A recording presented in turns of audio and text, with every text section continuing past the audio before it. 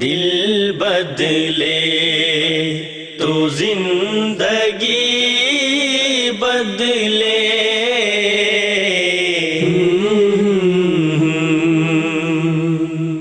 بسم اللہ الرحمن الرحیم. السلام علیکم ورحمۃ اللہ وبرکاتہ. آج الحمدللہ ایک بار پھر ہم استاذہ نکہت ہاشمی کی مجلس میں حاضر ہیں اور ہم دل کی تبدیلی پر بات کریں گے. ہم میں سے ہر کوئی اور آپ میں سے بھی ہر کوئی دل کی تبدیلی کا خواہاں ہے. اگر دل پہ اللہ کی محبت کے بجائے مختلف بیماریاں جگہ لے لیں تو پھر نور اور اللہ کی محبت کی روشنی اندر نہیں آ سکتی، معاشرے میں تبدیلی نہیں آ سکتی. ہم یہ چاہتے ہیں کہ جیسے استاذہ آپ نے ہماری رہنمائی کی دل کی مختلف بیماریوں کے حوالے سے، کینے کے حوالے سے، شیطانی اغوا کے حوالے سے، نفس کی حالتوں کے حوالے سے، ایک اور بہت بڑی بیماری جو آج معاشرے کو لپیٹ میں لیے ہوئے ہیں، جس میں کہیں نہ کہیں ہم بھی مبتلا ہو جاتے ہیں، کہیں ہمارے گھر والے مبتلا ہو جاتے ہیں، کہیں ہمارے ساتھی مبتلا ہو جاتے ہیں. معاشرے میں ایک بہت بڑا بگاڑ جو کبر کی وجہ سے آ رہا ہے، تکبر کی وجہ سے آ رہا ہے. دن بہ دن یہ بیماری زور پکڑتی جا رہی ہے. اپنی ذات پر، اپنی نسل پر، اپنے حسب پر تکبر، کہیں اپنی رہائش پر تکبر، کہیں اپنی سہولیات پہ تکبر، کہیں اپنی سوچ پہ تکبر. انسان اس بیماری میں دن بہ دن مبتلا ہی ہوتا چلا جا رہا ہے اور اس میں شدت اختیار کرتے چلے جا رہے ہیں. ہم معاشرے میں مختلف طبقات میں دیکھتے ہیں. کوئی بھی طبقہ اس سے ماورا نہیں ہے. ہر کوئی سمجھتا ہے کہ وہ دوسرے سے بہتر ہے اور بہتر بننے کی یہ خواہش اسے نہ جانے کہاں لے کے جا رہی ہے. کوئی اس چکر میں ہے کہ اپنے ارد گرد کے ماحول کو بہتر کر لیں، کوئی اس چکر میں ہے کہ میں سب سے زیادہ خوبصورت لگوں، کوئی یہ چاہتا ہے کہ میں سب سے زیادہ بہتر لوگوں میں شمار ہوں.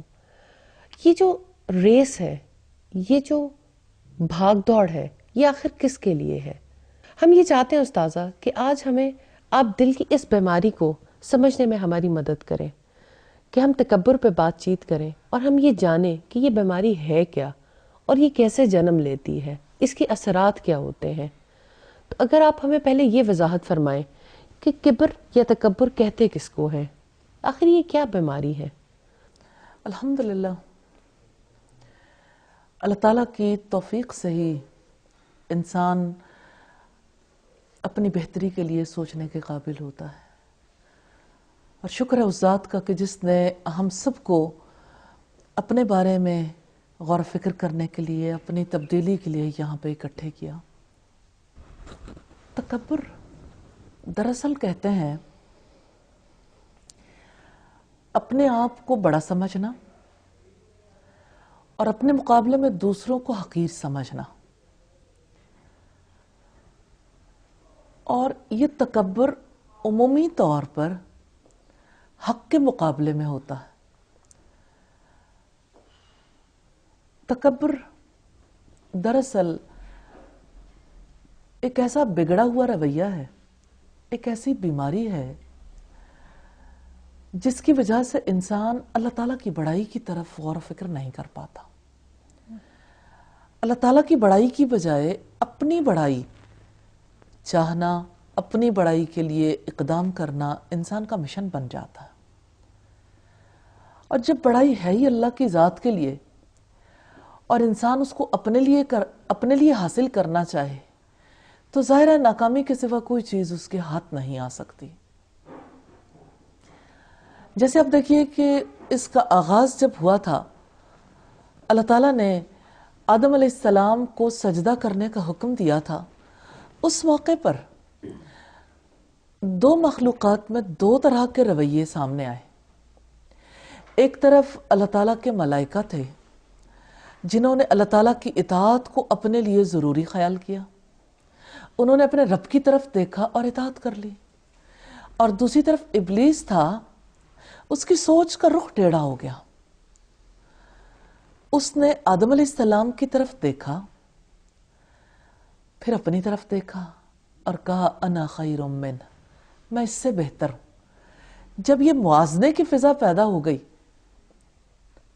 تو اس نے بڑائی کو پیدائش کا معاملہ سمجھ لیا اور کہا کہ میری پیدائش تو آگ سے ہوئی اور آدم کی پیدائش مٹی سے ہوئی، اس لیے میں اس سے زیادہ بہتر ہوں۔ حالانکہ اس موقع پر کرنا کیا تھا کہ رب نے جو حکم دیا تھا اس کو پورا کرنا تھا۔ ابلیس عبادت گزار تھا لیکن سمجھ نہیں پایا، اور عین موقع پر غلط ڈیسیژن کی وجہ سے، سوچ کے رخ کے غلط ہونے کی وجہ سے تکبر میں مبتلا ہو گیا، اور تکبر نے اسے کہاں پہنچا دیا؟ ابا واستکبر وکان من الکافرین، اس نے انکار کیا، تکبر کیا، اور وہ کافروں میں سے ہو گیا۔ آج آدم کے بچوں کے ساتھ بھی یہی معاملہ ہے۔ اولاد آدم اسی طرح سے اسی بیماری کا شکار ہو جاتی ہے جیسے خود ابلیس اس کا شکار ہوا، کہ وہ اپنے سامنے والے کی بات کو اپنے مقابلے میں، اپنے کمپیریزن میں دیکھتا ہے تو اپنے سامنے والے کو حقیر سمجھتا ہے اور بھول جاتا ہے، اس پر غور نہیں کرتا کہ یہ بات اگر حق ہے تو مجھے قبول کرنی۔ تو حق کے مقابلے میں اپنی بات کو، اپنی ذات کو بڑا سمجھنا، یہ تکبر، اور دوسرے کو حقیر جاننا، یہ تکبر ہے۔ دونوں چیزیں ہی تکبر میں آتی ہیں۔ تو تکبر کا معاملہ ہے شدید، اور ازل سے اس بیماری کی وجہ سے یہ دشمنی جو آدم علیہ السلام اور نسل آدم اور ابلیس کے درمیان ہے، یہ دشمنی پروان بھی چڑھی اور دشمنی کا یہ سلسلہ جاری بھی ہے۔ اس اعتبار سے یہ بیماری بہت پرانی بھی ہے، بہت زیادہ گہرے اثرات کی حامل بھی ہوتی ہے، فرد پر بھی اثر انداز ہوتی ہے، سوسائٹیاں بھی اس کی وجہ سے بگڑ جاتی ہیں، اور ہر میدان میں اس کے اثرات نظر آتے ہیں۔ میم جیسے آپ نے بات کی کہ یہ دشمنی پرانی ہے اور بیماری بھی پرانی ہے، تو آج کی جنریشن میں ہم کس طرح سے ڈائگنوز کریں گے کہ آج بھی یہ بیماری موجود ہے؟ کیسے پتہ چلے گا؟ کن رویوں سے ہمیں پتہ چلے کہ کبر موجود ہے؟ بیٹا اسی کے لیے تو آپ لوگ پریشان ہوئے اور یہاں چلے آئے۔ آپ ننھے بچوں کو دیکھیے سکولز کے اندر، ان کے لیے بھی بڑائی کا ایک ایسا معیار بن گیا ہے۔ پیرنٹس نے جو چیزیں ان کے ذہن میں ڈالی، اسکول میں فرینڈز نے جو چیزیں ذہن میں ڈالی، میڈیا نے جو چیزیں ذہن میں ڈالی، ایک دوسرے کو پرکھنے اور ایک دوسرے کے ساتھ تعلق قائم کرنے کے لیے عجیب چیزیں سٹینڈرڈ بن گئی۔ مثال کے طور پر کسی بچے کا بیگ، کسی کا لنچ باکس، کوئی کیسی گاڑی میں آتا ہے، کوئی کیسا لباس پہنتا ہے، کوئی کس طرح کے پروگرام دیکھتا ہے، ہر ایک چیز پر تکبر جو ہے وہ سامنے آتا ہے۔ کچھ لوگوں سے اسی بنیاد پر بات چیت ہوتی ہے، کچھ چیزوں پر ری ایکشن کا اظہار بھی ہوتا ہے۔ آپ بالکل چھوٹے چھوٹے بچوں کو دیکھیے، ایک دوسرے سے منہ پھلائے پھرتے ہیں۔ یہ جو منہ پھلانا ہے یہ تکبر کی بیماری کی وجہ سے ہے، اور داناؤں نے ہمیشہ اپنی اولاد کو نصیحت کی ہے، جیسے لقمان حکیم نے نصیحت کی تھی وَلَا تُصَائِرْ خَدَّكَ لِلنَّاسِ، کہ لوگوں کے لیے اپنے گال مت پھلاؤ، یعنی منہ پھلا کر بات نہ کرو۔ سار ایک ایسی بیماری ہوتی ہے جو اونٹ کو لاحق ہو جاتی ہے۔ جب اونٹ کو یہ بیماری ہوتی ہے تو اونٹ اپنی گردن ایک طرف کر لیتا ہے، اور اب دیکھیے انسانوں کے چھوٹے چھوٹے بچے کس طرح سے تکبر میں مبتلا ہو جاتے ہیں، اور اس میں ماں باپ ظاہر ہے کہ ذمہ دار ہیں، اساتذہ بھی ذمہ دار ہیں، سوسائٹی کے دیگر افراد بھی ذمہ دار ہیں۔ سب لوگ اسی بیماری کو ہوا دیتے ہیں، اور یعنی اس کا احساس نہ کرتے ہوئے، اور بیماری بڑھتی چلی جاتی ہے۔ تو بیماری تو بچوں میں بھی نظر آتی ہے، بیماری بڑوں میں بھی نظر آتی ہے۔ اور بڑوں کی بیماری کو دیکھیے، آپ کہتے ہیں کیسے پہچانا جائے؟ مثال کے طور پر دیکھیے، جیسے آپ کسی کی چال کو دیکھتے ہیں، کوئی چل کے آپ کے سامنے سے گیا، ہمارے یہاں تو یہ چال سکھائی جاتی ہے، یعنی آپ کس طرح کا ڈریس پہنیں گے اس کے لیے فیشن شوز ہوتے ہیں، کیٹ واک ہوتی ہے، جیسی وہ خواتین چلتی ہیں اسی طرح کی چال کو ساری بچیاں اپنا لیتی ہیں، اور چلنے کا یہ انداز کتنا حیا باختہ ہے، اور یہ تکبر کا اظہار بھی ہے، اور دوسری طرف اگر دیکھا جائے تو پورے معاشرے کو خراب کرنے میں اس کا بڑا کردار بھی ہے۔ اسی طرح سے آپ دیکھیں جیسے لباس کے اندر بھی مختلف برانڈز کی وجہ سے اپنے آپ کو بہتر شمار کروانا دوسروں کے مقابلے میں، اور آپس میں لوگوں کی گفتگو دیکھیے خواتین کی، یعنی کھانا، پہننا، جوتے، ہر ایک چیز اسی کے مطابق ہوتی ہے۔ اب آپ دیکھیں، میں مثال کے طور پر مجھے آج سے کافی عرصہ پہلے کی بات ہے، ایک خاتون مجھے ملی کسی شادی کی تقریب میں، کہنے لگی میں نے یعنی اتنی بھاری قیمت کا ایک جوتا لیا کہ میں نے اس دور میں 7,500 روپے کا جوتا لیا تھا، تو کہنے لگی مجھے فلاں خاتون نے کہا کہ میں نے اس کی کاپی لے لی 400 کی، تو میرا جی چاہے میں پھوٹ پھوٹ کے روں کہ میں نے اپنے پیسے برباد کر دی۔ تو یہ یعنی بنیادی طور پر ایک دوسرے پر اپنی بڑائی کو ثابت کرنے کے لیے کہ ہم زیادہ مال والے، آپ سے زیادہ اہمیت رکھتے ہیں اور آپ ہمارے مقابلے میں حقیر ہو، ورنہ انسان کو یہ دکھ کیسے ہو؟ استاذہ، کیا یہ اچھا کپڑا پہننا، اچھا جوتا پہننا یہ تکبر کی علامت ہے؟ نبی صلی اللہ علیہ وسلم کا فرمان ہماری رہنمائی کرتا ہے۔ آپ سے یہ سوال کسی نے کیا تھا کہ تکبر کے حوالے سے کہ کسی کا جی چاہتا ہے کہ وہ اچھا کپڑا پہنے، اچھا جوتا پہنے، تو آپ نے فرمایا ان اللہ جمیل ویحب الجمال، کہ اللہ جمیل ہے، جمال کو پسند کرتا ہے، اور تکبر تو حق کے مقابلے میں اپنے آپ کو بڑا جاننے کو کہتے ہیں۔ تو اس میں اچھا پہننے، اچھا اوڑھنے پر کوئی پابندی نہیں ہے، اچھا کھانے پر پابندی نہیں ہے، لیکن اس بنیاد پر اپنے آپ کو دوسروں سے افضل سمجھنے پر پابندی ہے، کیونکہ یہ بیماری ہے۔ یہ ہمارے تکبر۔ معاشرے میں جو ایک چیز بہت زیادہ نظر آتی ہے وہ صرف یہ نہیں ہے کہ لوگوں کو پتہ نہیں چلتا، یہ جو ہمیں حکم ملتا ہے جس کے مطابق اللہ تعالیٰ جمیل ہے اور جمال کو پسند کرتا ہے، اسی جمال کے چکر میں جب انسان آگے آگے آگے نکل جاتا ہے، کیونکہ وہ پہننا بھی اچھا چاہتا ہے، کھانا بھی اچھا چاہتا ہے، اوڑھنا بھی اچھا چاہتا ہے، ہر چیز میں جو ایکسلنس ہے، اب وہ ایکسلنس تو اپنے لیے کر رہا ہے، وہ کہاں پہ لائن لگائے کہ اسے پتہ چلے کہ اب وہ تکبر میں شامل ہو رہا ہے؟ کیونکہ لوگ ذکر بھی کرتے ہیں، یا تو پھر ان چیزوں کا ذکر ختم کیا جائے کہ آپ اچھا پہن رہے ہیں، اپنے لیے پہن رہے ہیں۔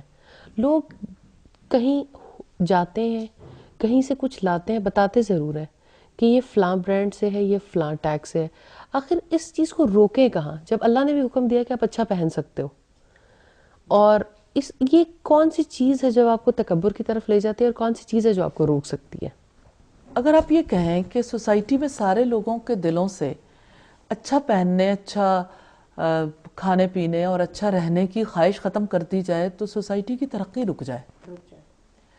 سوسائٹی میں اگر اس کے اوپر زیادہ کام ہوتا ہے، اس کے اوپر زیادہ محنت کی جاتی ہے ایکسیلنس کے لیے، کوالٹی کو امپروو کرنے کے لیے، تو اس پر اسلام کوئی قدغن عائد نہیں کرتا۔ اصل میں بیماری یہ ہے کہ انسان اس کی وجہ سے اپنے آپ کو افضل سمجھے۔ اس کی پہچان یہ ہے، آپ کہتے ہو کہ اس کی یعنی وہ کیا لائن ہے، وہ کیا حد ہے جہاں سے خرابی شروع جہاں ہوتی سے خرابی شروع ہو اور جہاں سے ہمیں احتیاط برتنی چاہیے۔ نیت، کسی بھی کام کو کرنے کی نیت کیا ہے، ارادہ کیا ہے، انسان کوئی کام کس وجہ سے کر رہا ہے۔ اللہ کے یہاں بھی اعمال کا تعلق نیت سے جوڑا جائے گا۔ ایک انسان اچھا پہننا چاہتا ہے، کیوں؟ اگر وہ اس لیے پہننا چاہتا ہے کہ دوسروں کے مقابلے میں افضل نظر آئے، دوسروں پر اپنی بڑائی کا اظہار کر سکے، تو ظاہر ہے کہ یہ نیت، یہ ارادہ بیمار ہے اور بیماری میں مبتلا کرے گا۔ اگر کوئی انسان نفاست پسند ہے، جمال پسند ہے، اور اسی وجہ سے اچھا پہنتا اڑتا ہے اور اللہ کی نعمت کا اظہار ہے، نعمت کا اظہار ہے، نعمت کا اظہار کرنے میں کوئی عیب نہیں ہے، بلکہ اس کا اظہار ہونا بھی چاہیے لمٹ میں۔ یعنی نعمت کو استعمال کرنے کے بعد اس کا تذکرہ نہیں ہے۔ اس جب وہ کے بارے میں تذکرہ کرتا جی، ہے تو پھر اصل میں بات یہ ہے کہ تذکرہ تو رب کے سامنے ہونا چاہیے کہ شکر ادا کرتا، نعمت کو نعمت دینے والے کی طرف موڑتا کہ جس نے دیا ہے اس کا شکر ادا کرے. تو شکر کرنے والا تو نعم العبد ہے، سب سے اچھا بندہ. لیکن جو اس کی بنیاد پر اپنی بڑائی چاہتا ہے وہ سب بندوں سے برے مقام پر جا کھڑا ہوتا ہے. لیکن استاذہ بعض اوقات ایسا ہوتا ہے کہ آپ نعمت کا احساس تو ہوتا ہے اندر، لیکن اس کی وجہ سے یہ فیلنگ ڈیولپ ہوتی ہے کہ اگر مجھے نہیں پتا ہوگا کہ میں اس شخص سے بہتر ہوں تو میں اللہ کا شکر کیسے ادا کر سکتا ہوں. یعنی اگر مجھے پتا ہی نہیں کہ میرے پاس اس سے بڑھ کر نعمتیں ہیں اور اس شخص سے بڑھ کر میرے پاس اللہ تعالیٰ کی یہ دی ہوئی صلاحیتیں ہیں، تو جب تک مجھے یہ پتہ نہیں چلے گا میں اللہ کا شکر کیسے ادا کر سکتا ہوں. بیٹا یہی خرابی ہے کہ آپ نے نعمت دینے والے کی نعمت کا شکر ادا کرنا، اس کے لیے کسی سے بہتر ہونا ضروری نہیں ہے. آپ جب کبھی کسی کے ساتھ موازنہ کرو گے تو وہیں پہ ایک طرف شکر ادا ہوگا، دوسری طرف شکر کے ساتھ ساتھ بطر یعنی اطراہٹ بھی پروان چڑھے گی اور تکبر بھی آئے گا. تو کسی کے کمپیریزن میں نہیں. اسی وجہ سے رسول اللہ صلی اللہ علیہ وسلم نے مال کے میدان میں حکم دیا کہ مال کے میدان میں اپنے سے نیچے والوں کو دیکھو اور علم کے میدان میں اپنے سے اوپر والوں کو دیکھو، کیونکہ اسی طرح سے انسان بچ سکتا ہے. تو اوپر والوں کو انسان دیکھے تو ظاہر ہے کہ وہ حزن میں اکثر لوگ مبتلا ہو جاتے ہیں یا حسد میں مبتلا ہوتے ہیں. نیچے والوں کو دیکھ کر اگر انسان کو اطمینان ہوتا ہے، وہ اللہ کا شکر ادا کرتا ہے کہ اللہ تعالیٰ نے مجھے اس نعمت سے نوازا.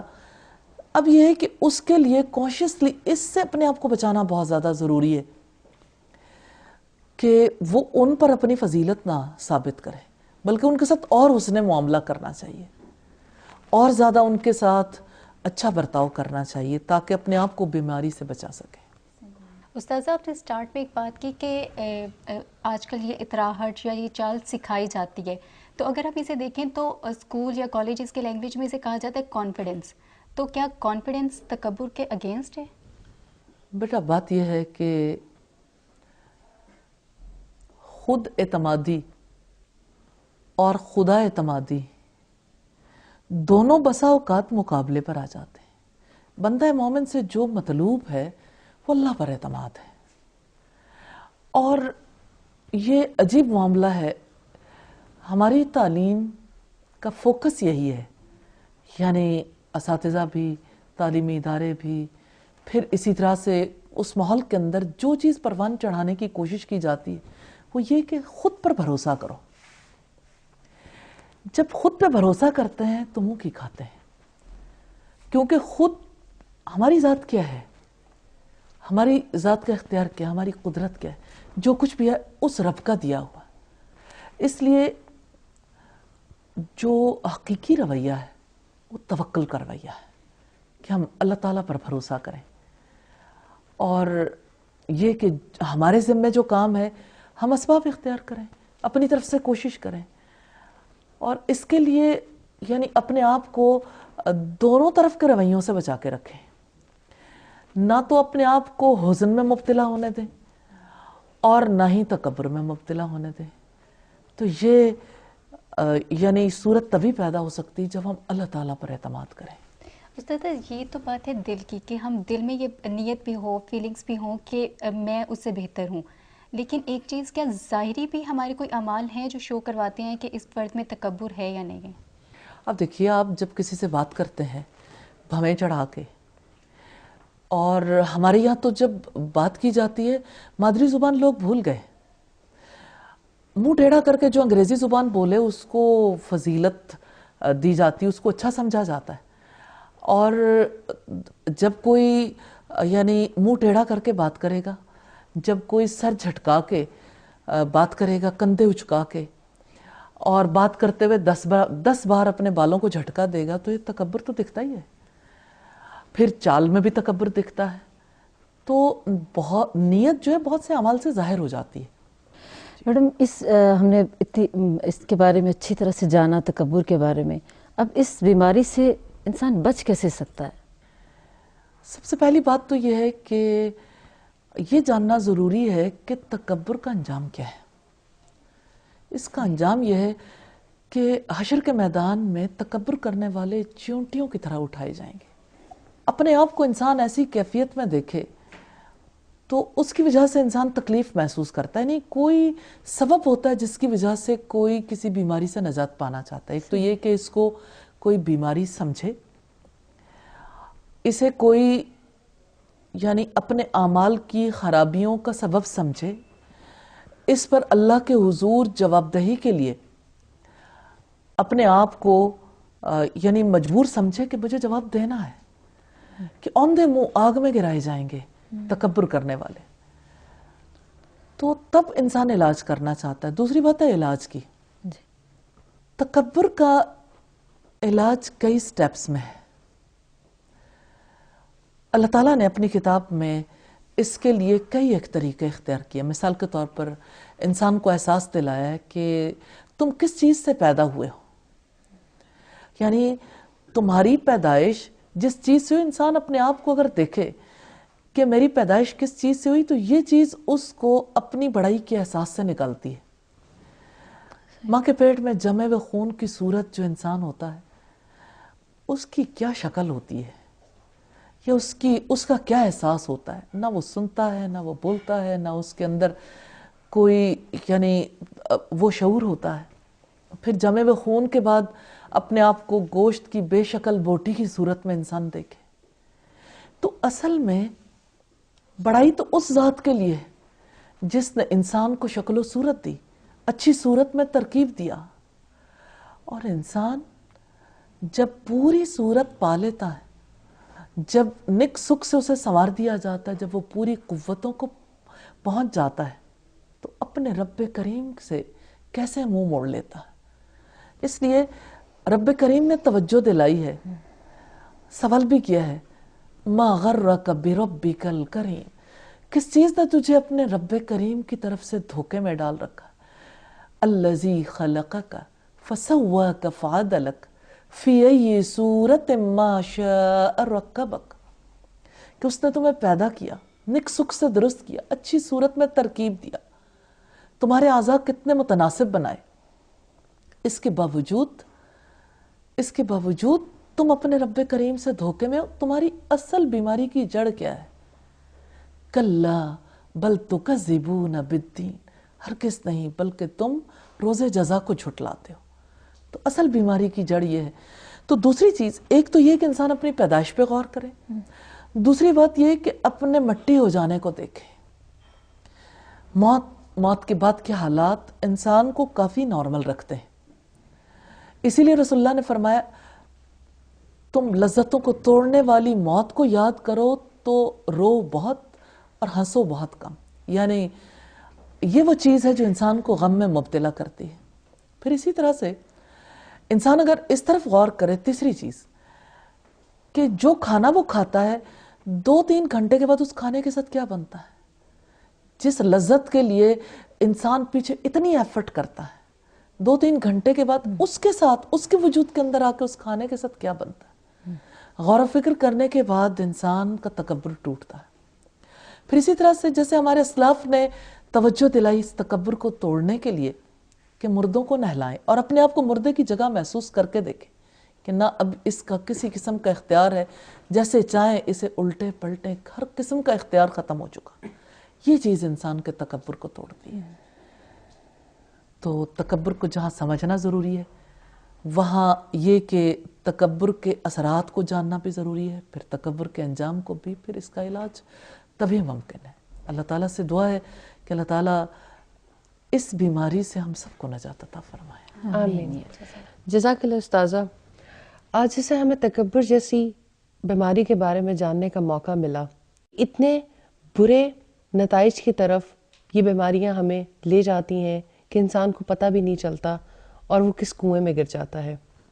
اپنی ذات کے فنا ہونے کا احساس, اللہ سبحانہ و تعالیٰ کی بڑائی کا احساس اور نیت کی درستگی, اگر یہ چیزیں ہر وقت ذہن میں رہیں گی تو انشاءاللہ ہم ان بیماریوں سے نجات پا سکیں گے.